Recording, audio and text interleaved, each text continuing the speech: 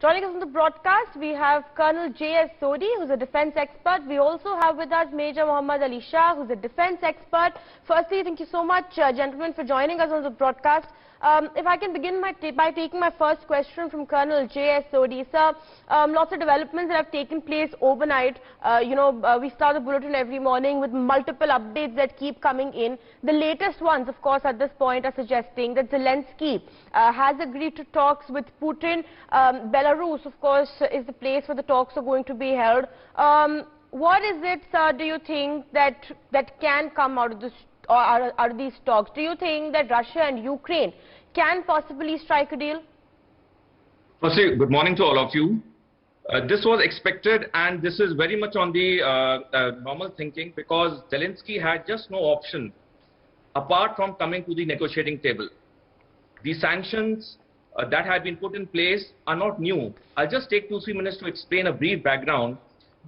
We have been hearing these sanctions for quite some time now. Whereas these sanctions were in place since 2014. In February 2014, when Russia invaded Crimea and liberated Crimea to make it an independent nation.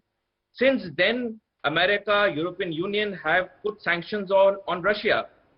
But what has not changed? What has not changed is that Russia has not got deterred at all, because Russia has got a very clear objective and a national plan. They are very focused in their approach, what they want. In 2014, when those sanctions were imposed, Russia very conveniently and quietly, they took out the dependence on the international monetary system. They made their own financial system very secure. They developed their own weapons to a very high order. This is the reason that Ukraine had no option but to come to the negotiating table, and which was very much expected, and they have come without preconditions expected because of the gross damage they are facing nowadays because of the invasion by the Russian armed forces. All right. So, the big question then that arises is, what is it that could possibly satiate Putin? If Major Mohammed Ali Shah can, take that answer and help us understand, in your analysis, whatever has happened in the last couple of days and weeks, what do you think is going to satiate Putin? See, as Colonel Sodhi rightly brought out, Paradhi, that, ultimately, like I will quote Sun Tzu from his book, he's a Chinese author, from his book, The Art of War, which is often quoted in every war. In fact, we are taught this in academy as well, and Colonel Sodhi taught us this very well in academy. In chapter 3, paragraph 2, line 2, Sun Tzu says, the acme of a military general is to win wars without fighting. That's what US did, because they were on a cold war with Russia. I'm talking 30 years back. They made use of Ukraine. Now, at the same time, Zelensky had no option, as Colonel Sodhi said. So, in chapter 8, paragraph 4, line 2, Sun Tzu says, he talks about tactical withdrawal. When defeat is inevitable, you've got to surrender, you've got to come on the negotiating table, you've got to lay down your arms. So, that is exactly, somewhat, though Zelensky says that we will fight till last breath, because their logic is, if Russia stops fighting, there will be no war. If Ukraine stops fighting, there will be no Ukraine. No, I disagree there. Because if Ukraine stops fighting, there will be only Ukraine will remain, but there will be change of government.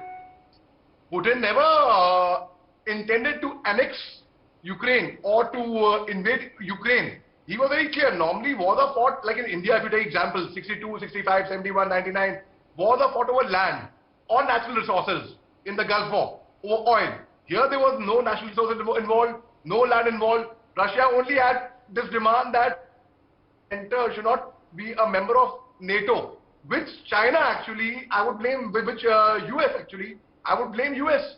It's like, you fighting with your neighbor, you making friends with your neighbor's enemy, and then your neighbor will obviously get agitated on that, and promising them, making false promises of making them a member of NATO. So what can come out of these talks? Well, they can come to a ceasefire, they can come to a conclusion, or he can be buying time for all you know.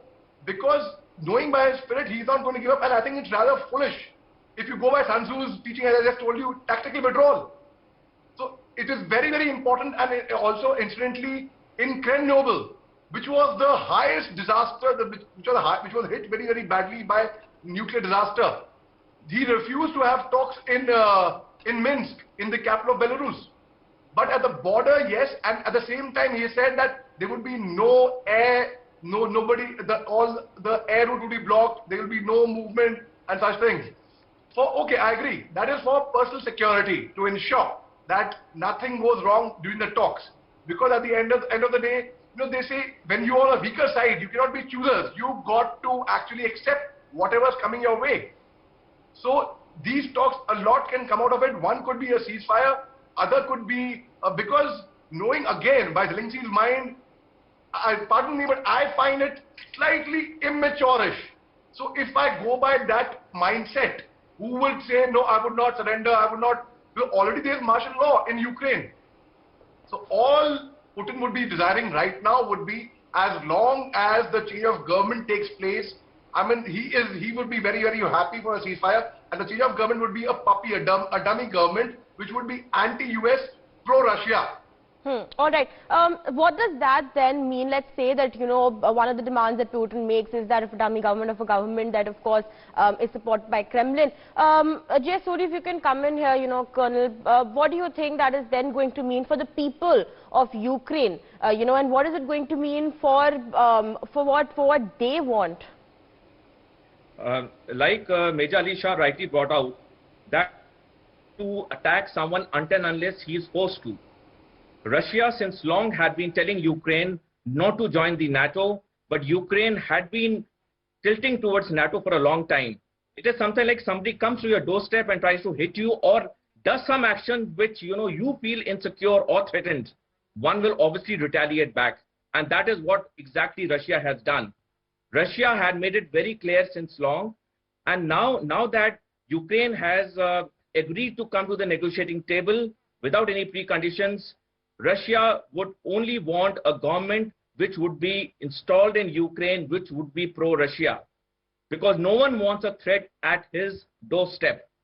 And this change of regime, once done, the Russian forces will withdraw back. This change of regime will be good for Russia because they will no longer feel threatened, and it will bring the much required peace now in that region, because for long now, a lot of people have suffered, whether it was in Crimea or it was in the other disputed areas.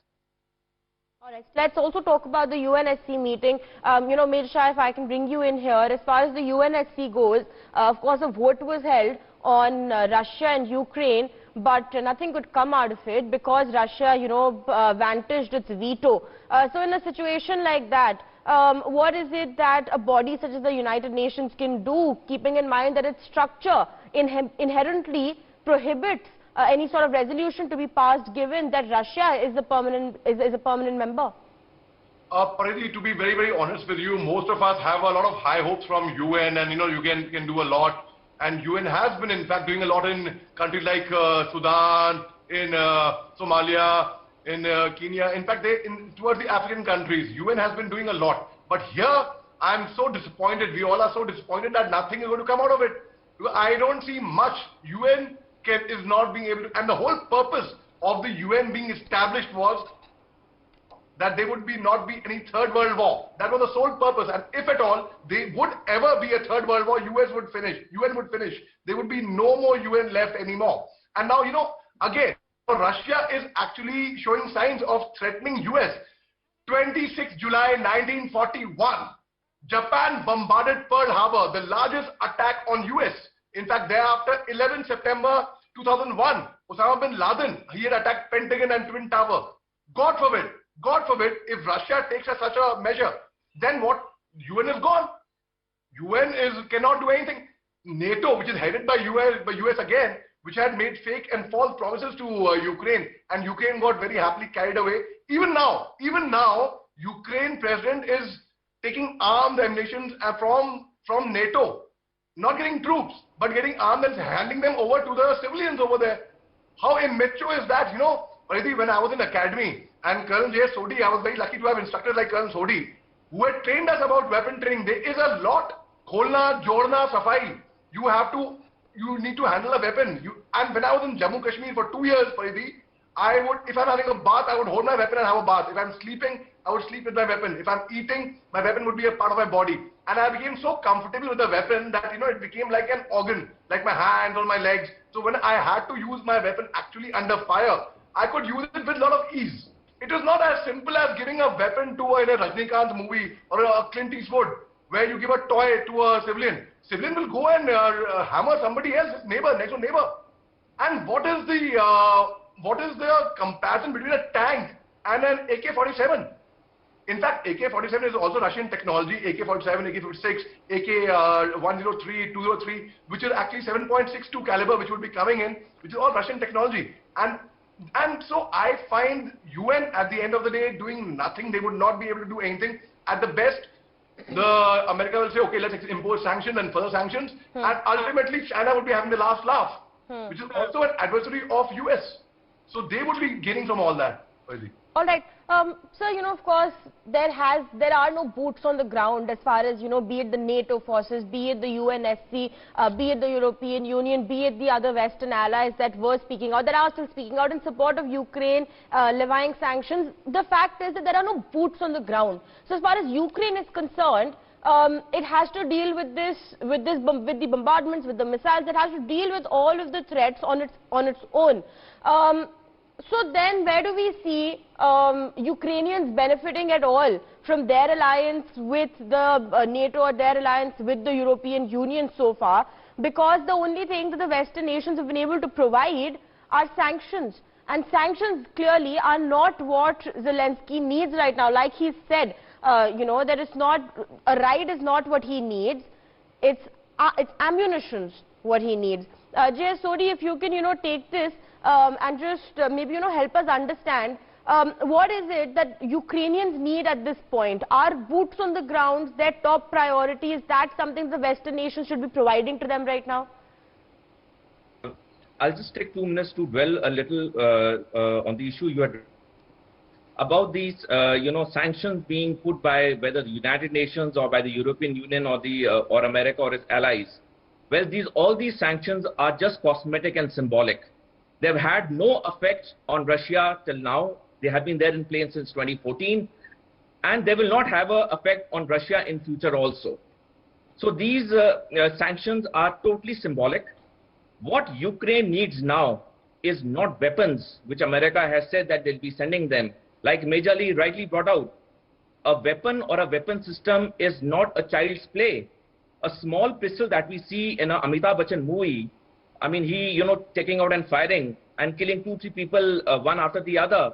Well, that is only limited to the movie life. In real life, even a small 9mm pistol requires a lot of training, because there is so much of, jolt in it. When you fire, your shoulder goes left and right. It is not at all easy to fire a small 9mm pistol with a single hand, and here they are talking of sending them advanced weapons. No. I was saying that, all these sanctions which have been put in place by various countries and UN passing, resolutions are all symbolic and cosmetic. They have had no effect on Russia since 2014 when they were put in place that time too, and now also it has just no effect on Russia. What the Ukrainian government and the Ukrainian people need to understand, and the world also needs to realize now, is that Russia will withdraw its forces the day or the moment it feels it is not threatened at its doorstep. The provocation of it entering Ukraine was the very same reason in the first place. In the morning, there was news that the FIFA, the Football Federation, has banned Russia from playing any international football match under the Russian flag. Well, these small measures have no effect on Russia, because Russia has prepared for this eventuality not today, not few months back, since 2014. In 2014, when Russia invaded Crimea, sanctions were put by US and its allies. 5 banks were banned by UK, and 2 Russian banks were banned by America from operating on their lands. What happened after that? It didn't make any effect to Russia. Russia, on the other hand, has 31 companies listed on the London Stock Exchange, which have been raising 1.8 billion US dollars every year since 2014, when the sanctions were first put in place. So what have these sanctions done to Russia? They have not done anything. Rather, they have made Russia more stronger. Rather, Russia has planned its strategy so well, its long-term strategy, which is now, showing fruits. The Ukrainian people do not need any weapon systems. America a few days back said that they'll be sending some arms and ammunition to Ukraine. No, that won't help. Because like Major Ali rightly brought out, sending a weapon is not any solution, because people should know how to operate it. And operating a weapon or a vessel or a weapon system is not an overnight job. It takes months and years to train. A small 9mm pistol, which we see in movies like Amitabh Bachchan taking out and firing and killing 2-3 people in quick succession, may look very simple to operate. But in real life, that small weapon is equally tough because it has a strong recoil. Firing a 9mm small pistol, which we see, with one hand requires a lot of training. This training doesn't come within a day, overnight, or few days. It takes months and years. So what Ukraine needs is peace right now. What the world needs to realize right now is that Russia should not feel threatened. Ukraine should now go to the negotiating table, agree to remain neutral. If they do not want to officially tilt towards Russia, that is fine, but they should remain neutral. They should follow the example what Indian leadership has doing for many years. Indian leadership, by officially remaining non-aligned to anyone, has proved to be an icon for the world today. This is exactly what the Ukrainian people need. They need peace, they need prosperity. They have seen many years of turmoil in their regions. So I think this is what the Ukrainian people need right now, peace and prosperity. Okay, all right. Major Mohammed Ali Shah, if you can also come in here, sir. Updates also tell us that Australia has now vowed to provide lethal military equipment to the Ukrainians. We're given to understand that the Australian government has announced that it will be providing lethal military equipment to Ukraine to help the Ukrainians resist the Russian invasion. But of course, again, the big question is that are these weapons enough? And if the talks today fail, then is there a chance that Russia is going to ramp up its offensive on Ukraine? Well, very good question. And as Colonel Sodhi rightly said, that is what Ukraine needs right now, is not weapons. These people are not understanding. They are adding more fuel to the fire. What they need is peace. What they need is cease firing completely. Let me quote the president of Ukraine, Zelensky, over here. He clearly, categorically, in these so many words, he said, I really do not believe in the outcome of this meeting, but let them try, so that not a single citizen of Ukraine has any doubt that I, as a president, didn't try to stop the war. This was said by President Zelensky, in fact. Now, which obviously means he himself has no faith in the meeting. He had also proposed different places. When he had proposed Ukraine earlier, which they had turned down the Moscow's offer of meeting in Belarus, in fact, to be Minsk to be precise, because they had given a safe passage to Ukraine, to Russians to attack Ukraine. So he had suggested Warsaw, Bratislava, Budapest, Istanbul, Baku, and now I'm glad that at least at Chernobyl, at the border, they would be having this meeting. But at the end of the day, even when the president himself comes out and says he is giving one after the other immature statements, I really do not understand what the fellow artist, actor, comedian whose job was to make people laugh earlier, what he is trying to actually do. Because if people, the world is trying to influence and tell Putin not to further attack Ukraine, equally people should try to actually get together and try to explain to Zelensky and listen, you have no choice, you have to let peace prevail. It is a clash of ego. But I'll quickly take 1 minute and I'll tell you a real story, a difference between bravery and foolishness. In 1962, we have a place called Razangla at the eastern border. We had 120 troops of 13 Kumail Charlie Company, headed by Major Shaitan Singh Bhati, who was awarded the Paramveer Chakra later on posthumous. 120 men fought against over 3,000 Chinese army personnel, and they fought with hands, they fought with stones, they fought with bayonets, they fought with bullets, they fought with every single thing, and they all got martyred. But they killed 10 times the amount of Chinese over there, and when the Ministry of Defense heard the story, they couldn't believe it. So a fact-finding team was sent to Razangla. When the fact-finding team went to Razangla, they found these brave hearts who were lying, all martyred with their fingers in the trigger guard. The nursing assistant was found with a bandage in one hand, syringe in the other hand. So they died, they got martyred till their last breath, doing their duty. Now that, because they were responsible for their own selves, right? Not for civilians. If the Chinese invade, what will happen? But here Zelensky is not, people are hailing him out to be a good leader. Let me tell you one thing, He is responsible for the lives of the civilians, innocent civilians, the foreigners, the expats. What wrong have they done? The babies, the small children, the girls. And no, they are forced to pick up arms. Looks very good on social media that a lady is wearing goggles and she's holding an AK-47 and a high-tech weapon, an Uzi or a weapon like that. But no, it's how much ever glamorous it might look on social media, it actually disgusts us.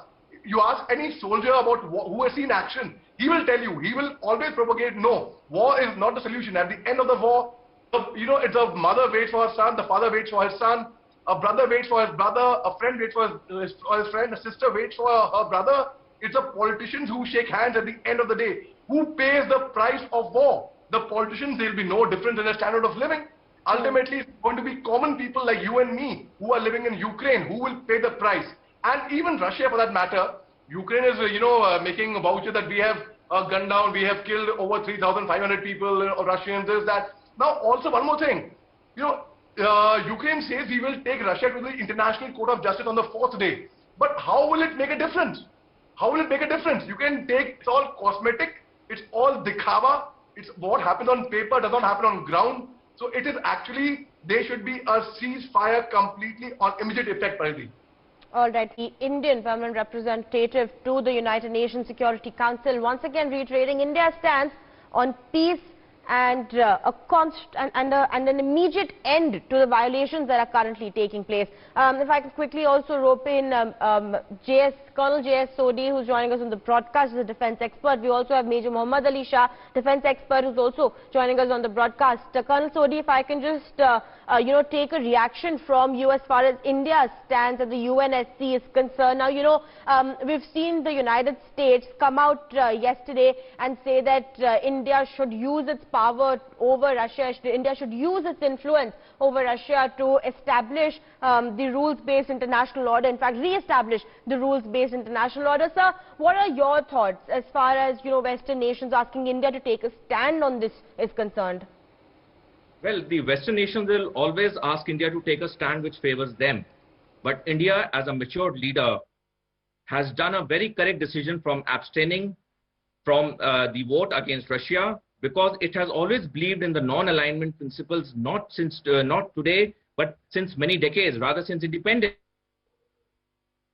And this policy of India for last many decades, which is being practiced even today, has borne fruit for us. This is exactly what the Ukrainian government also needs to do. The US and the allies will definitely pressurize India because they know India has a good term and understanding with Russia. India, of course, has been saying since long that one should always sort out the problems and differences through dialogue. A military action is never the resort. And this is what exactly India has done by abstaining from the United Nations vote against Russia too. Instead of America and its allies telling India to talk to Russia to withdraw from Ukraine, the US and its allies should understand that Russia will only listen to itself when it sees that it is no longer threatened at its doorstep. Rather than going left and right and telling so many countries to request Russia, America and its allies should now realize that Russia is a very determined country, a very focused country. Economic sanctions have not worked on them. For them, their national interests are supreme. For any country where national interests are supreme, no amount of pressure, no amount of talks can be done till the time that country does not feel it is secure once again. And this is what America needs to understand. Australia planning to send some weapon systems, Germany planning to send them food packets, water. No, this is not going to solve the problem. The problem has to be solved by a very, very mature leadership in the world order today, and that is that they have to make Russia feel that they are secure at its doorstep. Then only any talks with Russia will bear fruit. Till the time Russia does not feel that it is safe at its doorstep, it will not listen to any country whatsoever. All right, if I can also rope in Major Mohammed Ali Shah on this, as far as India's stand is concerned, what are your thoughts on India's stand? Do you think that India is doing the right thing by abstaining, by not taking a direct yes or no stand at the UNSC? Absolutely, as Colonel Sodhi rightly explained, India is doing the most correct thing, the wisest thing, the most prudent thing actually. Why should India dirty its hands by getting involved, either pro or for? And we are friends with Russia. We have had a more emotional relationship with Russia. In fact, which goes back over 75 years. For the entire international community knows of it already. In fact, we do not have a political relationship with them, or just a diplomatic relationship, or a military relationship, or they're just not just our defense partners, which over 75% of defense equipment is supplied by Russia. We have an emotional connect with them. I'm talking about Bollywood movies, Prithviraj Kapoor. All right, Major Shah, if I can just interrupt you there, sir. Sorry for interrupting you. We have some reactions coming in from students. So, Major Shah, if you want to complete your chain of thought, and then let's also discuss India's Operation Ganga. Absolutely. Firstly, I must say that, I really take pride to be an Indian like all of us, and it is heartening to see that, yes, Indian government is reaching out and they are doing their best. Operation Ganga is doing so well. But at the same time, there are some students who would be complaining, but let me advise them that, my dear friends, my dear brothers and sisters, it is not as simple as you think. Everyone is thinking that yes, you are our top priority, you are the priority of everyone. But it is, if you are saying, some people, I have also heard them saying that no one's picking up the phone in the embassy. You have to understand, please empathize with them, that phone lines would be down, and there are thousands like you who are stuck over there. Efforts are on to get every single person out, and yes, please think positively, please think well, keep your spirits up, and I'm certain that every single Indian is going to come out of it smoothly, and your families will be here to celebrate along with you. I will be here, we all will be here. I'm on WhatsApp groups with a lot of students stuck in Ukraine, and let me tell you, every single one would be evacuated. Not a single Indian would be left behind over there. Not a single Indian is going to meet with any casualty. I am certain of that. I'm certain. And now when you people who blame the embassy, let me tell you one thing. The coronavirus has taught us. Does the coronavirus affect people only who are privileged or who are underprivileged? No, it does not ask whether you are a global leader or a world leader or you are a laborer. It will just affect you. Similarly, when the bombings take place, bombings are not going to ask, is there an Indian embassy over here? Is there a high-rise over there? Is there a military establishment over there? Bombing will happen. So don't just say that we are counting only on embassy. Use your own presence of mind. Use your own wits about you. Use your own top story. And then I'm sure you all would be fine. Now, having said that, when there are talks of peace happening, I'm quite positive, I'm quite optimistic, being a positive person, that yes, this kind of an action is going to end very, very soon. At least there should be a ceasefire, and that would be the golden time for you to actually go ahead and evacuate from there. Now, on the western border, like Poland, Romania, there will be traffic snarls. And obviously, the people have complained that our taxi driver has dropped us 40 kilometers behind the border. Now we are expected to walk. If Colonel Sodhi remembers very clearly, sir, 40 kilometers was what you had trained us in academy for our Josh run. So it's okay for a soldier, but for a civilian walking 40 kilometers, it is very, very difficult. And I'm sure all of you, if you maintain your calm, composure, think positive, if you see well, good thing will happen to you. If you can imagine, if you can see that it's all manifestation, If you can imagine that you have come back safe and sound, trust me, half the battle is won. You would have come back safe and sound. Now, having said that, just a minute, Paridhi. Ukraine say that they have taken control of the second city, Kharkiv. But again, it's a very, very good sign, yes.